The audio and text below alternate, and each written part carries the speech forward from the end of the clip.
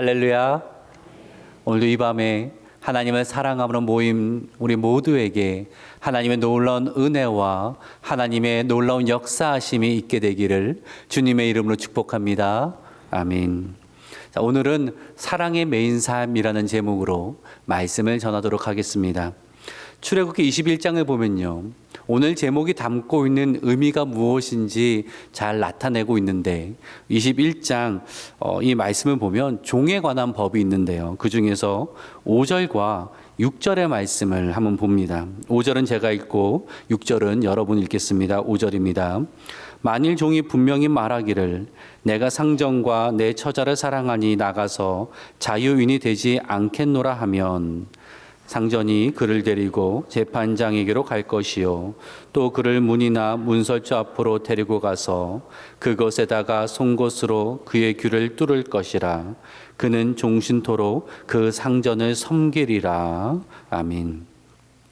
자, 율법을 따르면요, 이스라엘 사람 즉 히브리인의 노예가 되는 경우가 있습니다. 경제적으로 궁핍하여서 그런 경우에는 6년간은 노예로 있지만 이제 7년째에는 그를 자유케 하는 그러한 율법이 있습니다. 그러니까 6년간은 노예로서 자유를 빼앗기고 열심히 일을 해야 되지만 7년째가 되어지면 그 자유를 되찾을 수 있는 권리가 주어진다라는 거예요.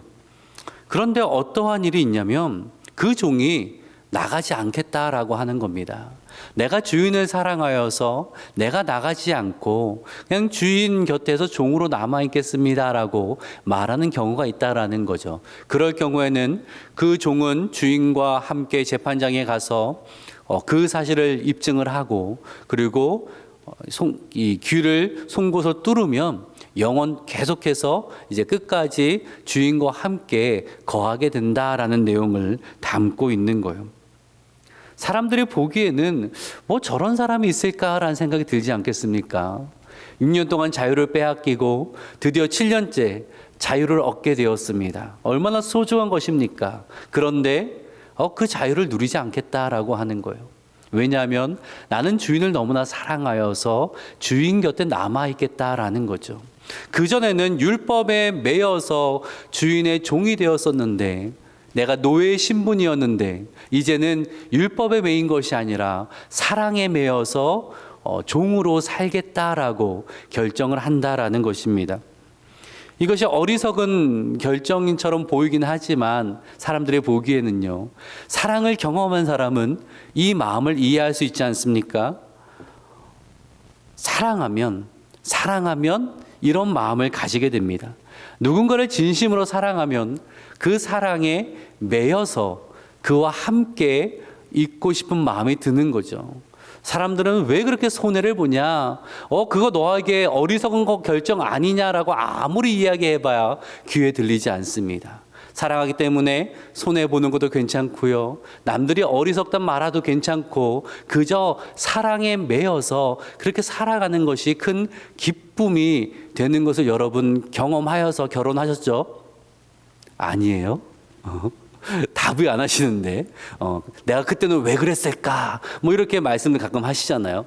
그것이 즐거워서 기뻐서 사랑에 매여서 함께하는 것, 그것이 사랑이 아닙니까? 하나님을 사랑함에도 마찬가지라는 것입니다. 하나님을 정말로 사랑하면 그 사랑에 매여 살아가기를 기뻐하게 된다라는 거예요. 하나님의 사랑을 알지 못하는 사람은 이 말이 뭔지 이해를 못해요. 하지만 하나님의 사랑을 아는 사람은 그 사랑에 매여 살아가는 것이 얼마나 큰 기쁨인지 특권인지를 고백하게 된다라는 것입니다. 오늘 본문의 바울의 이야기는 바로 그것을 알려주고 있어요.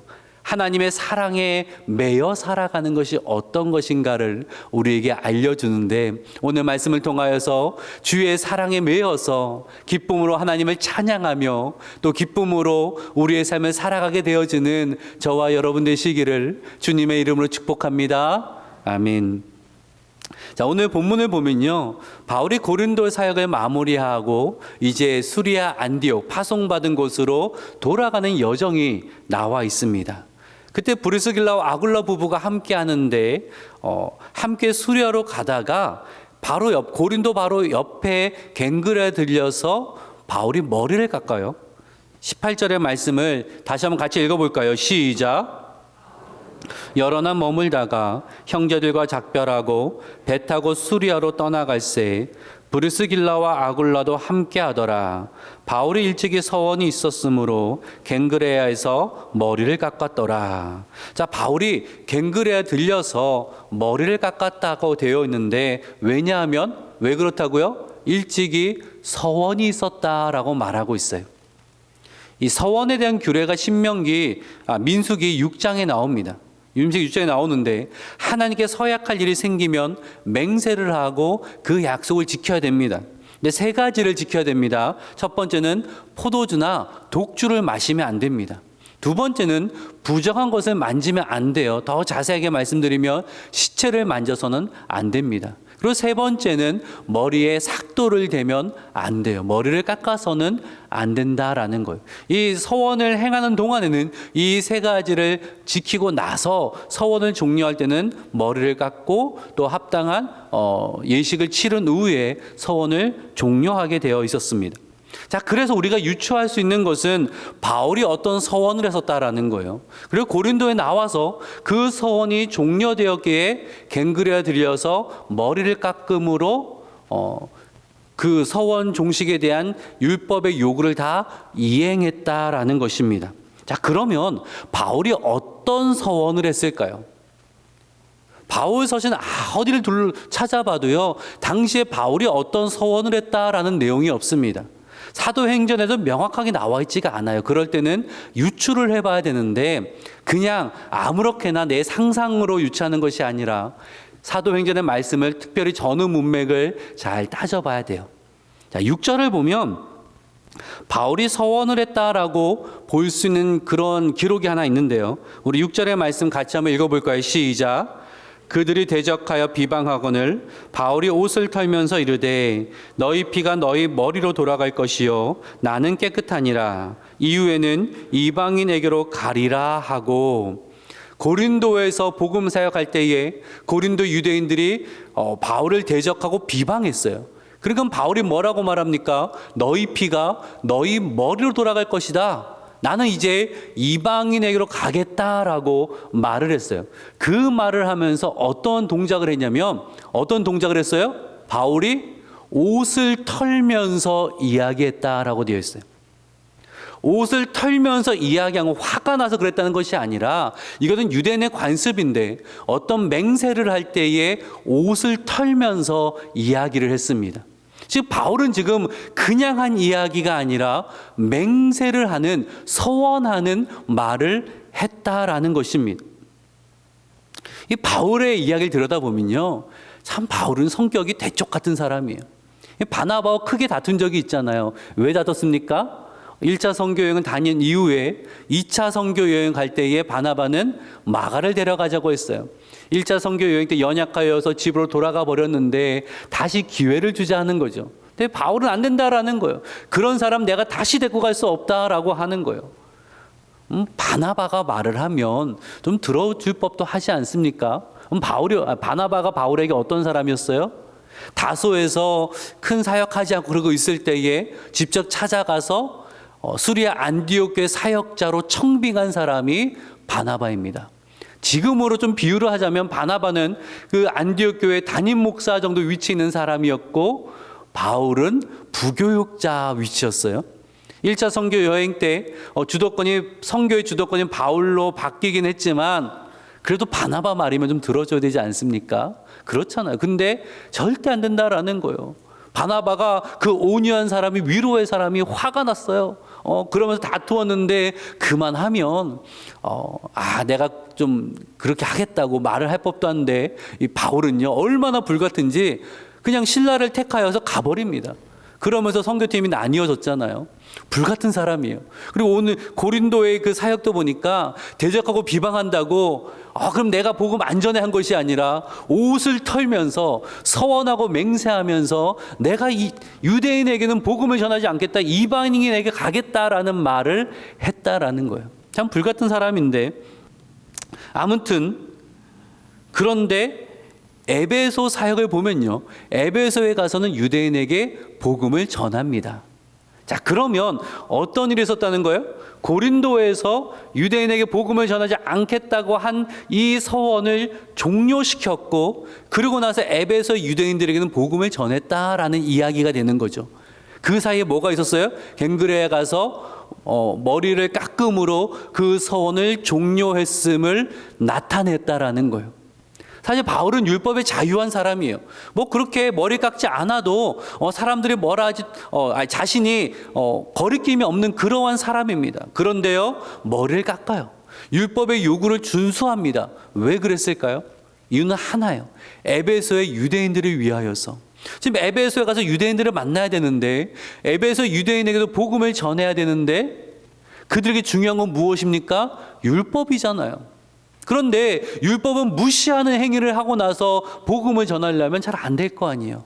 그래서 에베소 유대인들이 복음을 듣게 하기 위하여서, 그는 율법에 자유하지만 스스로 율법 아래 들어가서 그들과 같이 되었다라는 거예요. 그 이야기를 고린도전서 9장 19절에서 이렇게 이야기를 합니다. 우리 같이 한번 읽어볼까요? 시작. 자유로우나 스스로 모든 사람에게 종이 된 것은 더 많은 사람을 얻고자 함이라. 뭐라 그래요? 내가 모든 사람에게서 자유로우나, 내가 신앙 안에서 내가 자유함을 가지고 있지만 스스로 모든 사람에게 종이 되었다라고 말하고 있어요. 이걸 직역하면 나는 나를 종으로 만들었다라는 거예요.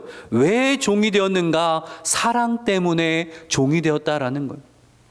제가 설교 초두에 주인을 너무 사랑하여서 스스로 종되었던 그러한 사람에 대한 규례를 말씀을 드리지 않았습니까? 그런 것처럼 하나님을 향한 사랑 때문에 그가 모든 것이 자유하나 그의 자유와 권리를 내려놓고 그가 스스로 종이 되어 살아갔다라고 말을 합니다. 20절, 고린도전서 9장 20절과 21절을 볼게요. 먼저 우리 20절 같이 한번 읽어봅시다. 시작. 내가 유대인과 같이 된 것은 유대인들을 얻고자 함이요 율법 아래 있는 자들에게는 내가 율법 아래 있지 아니하나 율법 아래 있는 자 같이 된 것은 율법 아래 있는 자들을 얻고자 함이요. 유대인은 율법 아래 살아가요. 바울은 자유로워요. 하지만 유대인에 가까이 나아갈 때는 그가 율법 아래로 스스로 나아갔다라는 것입니다. 자유와의 권리를 내려놓고 그들과 같은 모습이 되면서 어떻게 하든지 그들을 주께로 인도하기 위하여서 그는 자신의 권리를 내려놨다라는 거예요. 또 율법을 모르는 이방인에게 있어서는 그의 율법의 지식을 드러내지 아니하고 그들과 같은 모습으로 또한 내려놓고 나아갔다라고 이야기하고 있습니다. 그럼 바울에서 보는 게 무엇입니까? 주님을 사랑하는 사람, 주님의 사랑에 매여 있는 사람의 특징이 무엇이라면 그 사랑 안에 내 권리를 내려놓게 된다라는 거예요. 주님을 위해서라면, 주님의 영광을 위해서라면, 주님의 교회를 위해서라면 나의 자유함과 나의 권리를 내려놓고 주의를 감당한 것이 나에게 기쁨이 되어진다라는 거죠. 21절을 보면요, 에베소에 잠깐 들렸는데 사람들이 계속 머물라고 합니다. 그러면 에베소 갔더니 사람들이 복음을 잘 받아들이는 거예요. 얼마나 재밌습니까? 그렇지 않아요? 여러분, 고린도에서 그렇게 좀 어려움이 있었는데 에베소 유대인들은 복음을 받아들이고 바울에게 호의적으로 대하는 거예요. 좀 더 머물면서 있고 싶긴 하겠지만 바울이 그렇게 하지 않고 떠나는데 21절을 같이 한번 읽어볼까요? 같이 읽습니다. 시작. 만약 하나님의 뜻이면 너희에게 돌아오리라 하고 배를 타고 에베소를 떠났다라는 거예요. 하나님의 뜻이면 나는 움직인다라는 것입니다. 바울의 삶이 그래요. 앞에 어떠한 장애가 있다 할지라도 하나님의 뜻이면 앞으로 가는 겁니다. 아무리 상황이 좋다고 할지라도 내가 계획을 철저하게 했다 할지라도 하나님의 뜻이면, 하나님 멈추러 가시면 그 자리에 멈추는 겁니다. 하나님의 뜻을 따라 살았다라는 거예요. 바울뿐만 아니라 그 아굴러 브리스길라 부부도 얼마나 대단한지요. 고린도로 와서 어느 정도 자리를 잡았을 텐데 바울과 함께 에베소로 가요. 하나님의 뜻이니까 에베소로 간다라는 거예요. 그러면 하나님의 뜻을 위하여서 거처를 옮기는 거, 이거 쉬운 거 아닙니다. 그렇죠? 그럼 이사할 때에 여러 요건을 많이 생각을 하게 되는데, 하나님의 뜻을 물어보고, 하나님의 뜻이면 내가 여기 살겠고, 하나님의 뜻이면 내가 이사하겠습니다. 여러분, 그렇게 말한 건 쉽습니까? 그건 쉬운 것이 아닙니다. 하나님의 사랑에 매여 사는 사람들의 특징은요, 하나님의 뜻이면 내가 여기 머물고, 하나님의 뜻이면 내가 가겠습니다, 내가 섬기겠습니다, 그 고백을 하게 된다라는 거예요. 빌립보서 1장 20절 바울은 이렇게 이야기합니다. 같이 한번 읽어볼까요? 시작. 소망을 따라 아무 일에든지 부끄러워하지 아니하고 지금도 전과 같이 온전히 담대하여 살든지 죽든지 내 몸에서 그리스도가 존귀하게 되려 하려 하나니. 종은요, 자기를 존귀케 하는 사람이 아니에요. 종은 그런 위치가 없거든요. 종은 자기의 유익을 구한 사람도 아닙니다. 종은 자기의 영광을 취하려고 하는 사람도 아니에요. 종은 주인을 위해 존재하는 거예요. 종의 가장 큰 이 소망은 주인을 높이는 것이 되어야 한다라는 거예요. 주인의 영광의 그 목적이 있어야 한다라는 거죠. 그리스도 사랑에 매여서 그리스도의 종된 사람의 특징은 무엇이냐면, 이 바울의 고백과 같은 거예요. 내가 사나 죽으나 내가 무엇을 하든지 그리스도가 존귀하게 되기를 내가 소망합니다. 나의 가정에서 그리스도가 존귀하게 되기를 소망합니다. 나의 직장에서 그리스도가 존귀하게 되기를 소망합니다. 나의 삶의 모든 영역에서 그리스도가 존귀하게 되기를 소망하면서 그리스도를 높여드리는 사람, 그 사람이 바로 그리스도의 사랑에 매여서 그 사랑으로 살아가는 사람의 특징이다라고 이야기할 수 있다라는 거죠. 이 서울 마포구 합정동에 가면요, 이 양화진 외국인 선교사 묘원이 있습니다. 자, 그곳에 가면 조선 선교를 위해서 헌신했던 이 선교사들의 묘비가 많이 있는데요. 제가 여러 차례 다녀왔었는데 정말 갈 때마다 정말 마음에 감동이 있고 눈물이 나는 그러한 은혜가 있는 곳입니다. 서울에 방문하실 일 있으면 꼭 가보시면 좋을 것 같아요. 그 중에서 아주 특이한 소개하고 드리고 싶은 묘가 하나 있는데요. 3대에 걸쳐서 할아버지, 아빠, 자녀, 이렇게 3대죠. 3대에 걸쳐서 6명이 묻혀있는 가족묘가 있습니다. 이 미국 선교사 셔드 홀 일가의 이 묘인데요. 이 셔드 홀이 쓴 조선의 사학이라는 책이 있습니다. 예전에 발간된 책인데, 그 책을 보면 이 셔드 일가의 조선 사랑이 얼마나 놀라웠는지를 발견할 수 있습니다. 이 셔드 홀의 아버지는 제임스 홀입니다. 제임스 홀은 1860년에 캐나다에서 태어났거든요. 일찌감치 서원을 하고 사명을 가지고 그는 의학 공부를 했어요. 미국의 뉴욕으로 가서 델러브 의대에 진학해서 의학 공부를 다 마친 다음에 병원의 인턴으로 이제 실질적으로 배우고 있었습니다. 근데 거기에서 운명적인 한 사람을 만나는데 로제타입니다. 로제타 역시 선교된 사명을 가지고 펜실베니아 의대에 진학하여서 공부를 다 마치고요, 한 병원에서 이제 인턴으로 일하고 있을 때 두 사람이 만나게 되었던 거예요. 서로 사랑하고 또 서로 미래를 함께하고 싶었는데 안타까운 사실이 하나 있었어요. 이 제임스 홀은 중국 선교사가 되기로 헌신을 했고요, 로제타는 한국 선교, 조선으로 가서 선교 사역하기로 헌신했던 것입니다. 이 로제타는 조선의 한국 땅에 여자 의사가 없다는 그 사실 하나 때문에 의학을 공부하고 헌신한 사람이라 선교지를 바꿀 마음이 없어요. 제임스도 마찬가지 않겠습니까? 그래서 사랑하지만 서로 다른 곳을 보고 있으니까 이제 각자의 길을 걸어갈 수밖에 없게 된 겁니다. 그런데요, 이 제임스 홀이 안 되겠는 거예요. 중국에 가 있는데 자꾸 로제타 얼굴이 떠올라서 너무나 보고 싶어서 안 되겠는 거예요. 그래서 선교본부에 요청을 합니다. 저 선교지 바꿀랍니다. 저 조선으로 가겠습니다. 그래서 로제타를 향한 사랑 때문에 조선으로 오게 됐어요. 와서 둘은 사랑하고 결혼하여서 한국 최초로 한국에서 결혼한 외국인 부부가 되었습니다. 그 두 부부는 결혼하여서 이제 열심히 선교의 일을 했었는데요. 안타깝게도 제임스 홀은 풍토병에 걸려서 34세라는 젊은 나이에 목숨을 잃고 맙니다. 당시 부부에는 아들이 하나 있었고 로제타의 뱃속에도 지금 아이가 한 명 있는 그런 상황이었습니다.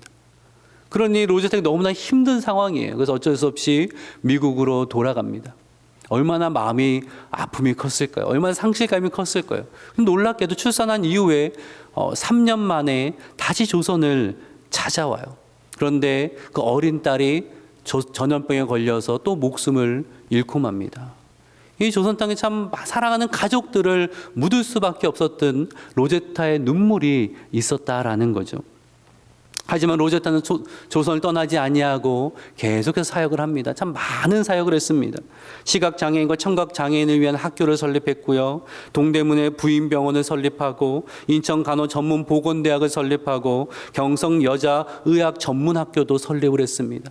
많은 병원과 또 많은 의학 교육기관을 설립하였고 여러 일들을 하다가 1951년 86세 일기로 주님 품에 안기셨어요.